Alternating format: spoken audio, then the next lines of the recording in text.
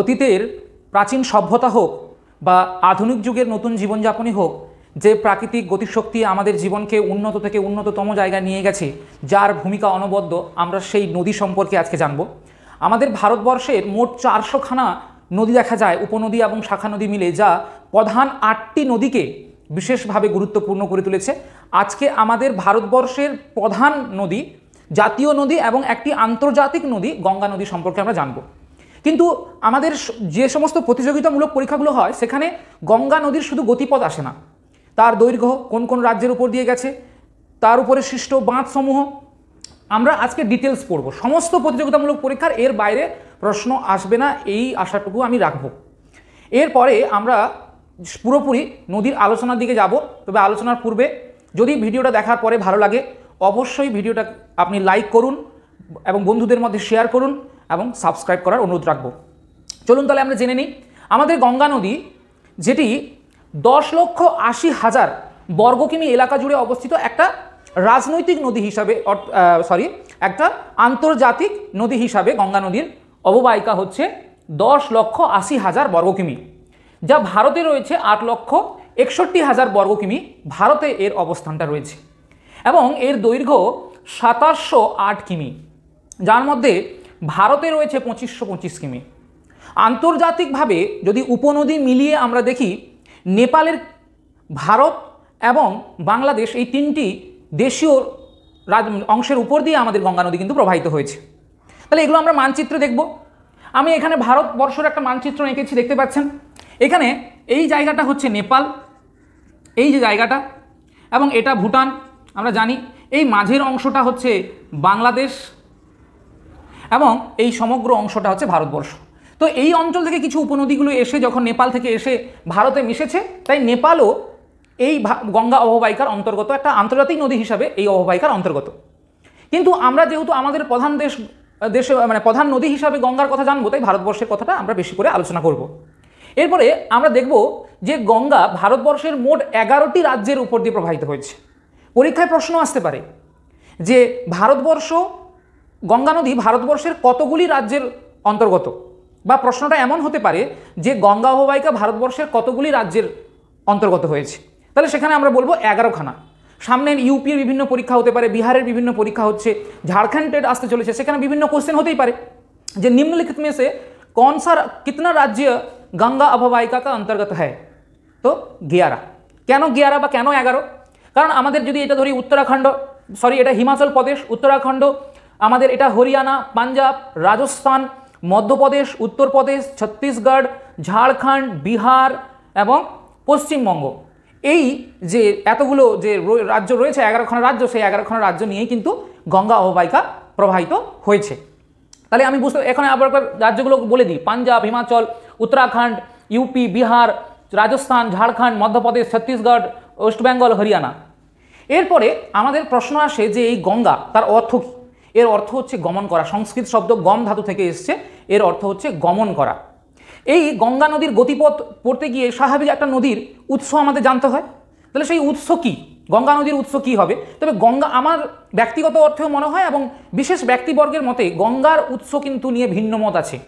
কারণ গঙ্গা যেখানে উৎপত্তি হয়েছে, গঙ্গা নাম নিয়েছে, সেই গঙ্গা উৎপত্তির পূর্বে এর বিভিন্ন উৎপত্তিগত ব্যাখ্যা কিন্তু রয়েছে। যেমন আমরা দেখব যে গঙ্গা উৎপত্তির পূর্বে, এখানে এই জায়গাটায়, এইখান থেকে তার নাম হয়েছে গঙ্গা, কিন্তু সেই গঙ্গার নাম নেওয়ার পূর্বে দেখা গেছে যে গঙ্গা বদ্রীনাথ, মানে গঙ্গার সবচেয়ে দীর্ঘতম যদি আমরা বলি যে অংশ, দৈর্ঘ্যের ভিত্তিতে যাকে গঙ্গার উৎপত্তি অংশ ভাবা হয়, সেই অলকানন্দা, সেটা কিন্তু কোথা থেকে উৎপত্তি হয়েছে? বদ্রীনাথের কাছাকাছি বিষ্ণু নদী থেকে, এবং ধেউলি গঙ্গা, যেটা নীতি পাস বা নীতি উপত্যকা থেকে সৃষ্টি হয়ে কি করেছে, যেখানে মিলিত হয়েছে তার নাম হয়েছে বিষ্ণু প্রয়াগ, এবং সেখান থেকেই এর নাম হয়েছে অলকানন্দা। এখানে কিন্তু কোনো নদী, দুটো নদী যদি মিলিত হয়, সেখানে কোন নদীর নাম হবে সেটা নির্ভর করে সেই অঞ্চলে কোন নদীর গভীরতাটা বেশি। এখানে দুটো নদী যখন মিলিত হয়েছে, যদি অলকানন্দার গভীরতা সবচেয়ে বেশি হয়, তাহলে সেই নাম অনুসারেই কিন্তু তার নামটা হতো। কিন্তু দেখা যাচ্ছে এখানে যে বিষ্ণু নদী এবং ধেউলি গঙ্গা, এই দুই নদীর গভীরতা কিন্তু প্রায় সমান, তাই সেখানে দুটো মিলিত হয়ে কিন্তু কি অলকানন্দা নাম নিয়ে প্রবাহিত হয়েছে। সেই যে জায়গাটা মিলিত হয়েছে সেই মিলন স্থানকে বলা হচ্ছে প্রয়াগ, আর এখানে নাম হচ্ছে বিষ্ণু প্রয়াগ। পরীক্ষার প্রশ্ন আসতে পারে যে ধেউলি গঙ্গা এবং বিষ্ণু মিলিত হয়ে কোন নদী সৃষ্টি করেছে? অলকানন্দা। সেই মিলনস্থলকে কি বলে? মিলনস্থলকে বলে বিষ্ণু প্রয়াগ। এবারে আসছে, দেখুন কি বলছে, অলকানন্দা নাম নিয়ে প্রবাহিত হয়ে আসার পর যখন নন্দাকিনী নদীর সঙ্গে মিলিত হয়, এই নন্দাকিনী তার মিলিত অংশর নাম হচ্ছে, যেখানে মিলিত সেটা হচ্ছে নন্দপ্রয়াগ। তাহলে আমরা বুঝতে পারলাম কে আসছে, অলকানন্দা এসে নন্দাকিনী নদীর সঙ্গে মিলিত হলো, সেই প্রয়াগ বা মিলনস্থানের নাম কি? নন্দপ্রয়াগ। আমরা পঞ্চপ্রয়াগের নাম পড়েছি, এখানে দুটো প্রয়াগ আমরা পড়লাম, একটা হচ্ছে বিষ্ণুপ্রয়াগ, একটা হচ্ছে নন্দপ্রয়াগ। তাই নন্দপ্রয়াগ কোন দুটি নদীর মিলিত অংশ? প্রশ্ন আসতে পারে। তাহলে এখানে আমরা বলবো নন্দাকিনী এবং অলকানন্দার মিলিত অংশ হচ্ছে নন্দপ্রয়াগ।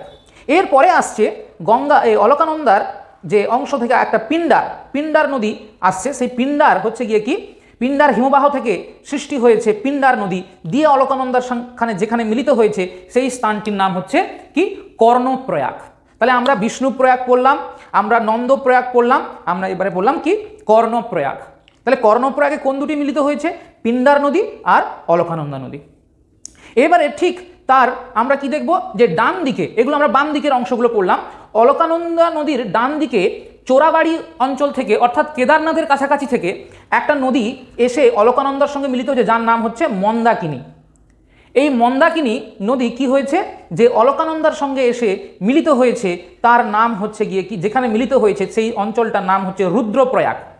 তাহলে মন্দাকিনী ও অলকানন্দা কোন স্থানে মিলিত হয়েছে? রুদ্রপ্রয়াগে।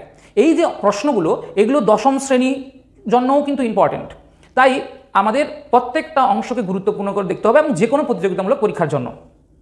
এরপরে কি দেখা যাচ্ছে, গঙ্গার যে সবচেয়ে, যেটাকে আমরা মানে ধর্মীয় ক্ষেত্রে পবিত্রতার ভিত্তিতে গঙ্গার যে প্রকৃত উৎপত্তি ভাবি, সেই উৎপত্তিটা কোথায় না? গঙ্গোত্রী হিমবাহের গোমুখ গুহা, যেটা ভারতবর্ষের দ্বিতীয় বৃহত্তম হিমবাহ, যার দৈর্ঘ্য 30 কিমি এবং প্রস্থ 2 কিমি বিশিষ্ট, সেই গঙ্গোত্রী হিমবাহের দক্ষিণ অংশ গোমুখ গুহা থেকে সৃষ্টি হয়েছে ভাগীরথী, যা পবিত্রতার দিক থেকে একেই গঙ্গার প্রকৃত উৎপত্তি অংশ বলা হয়।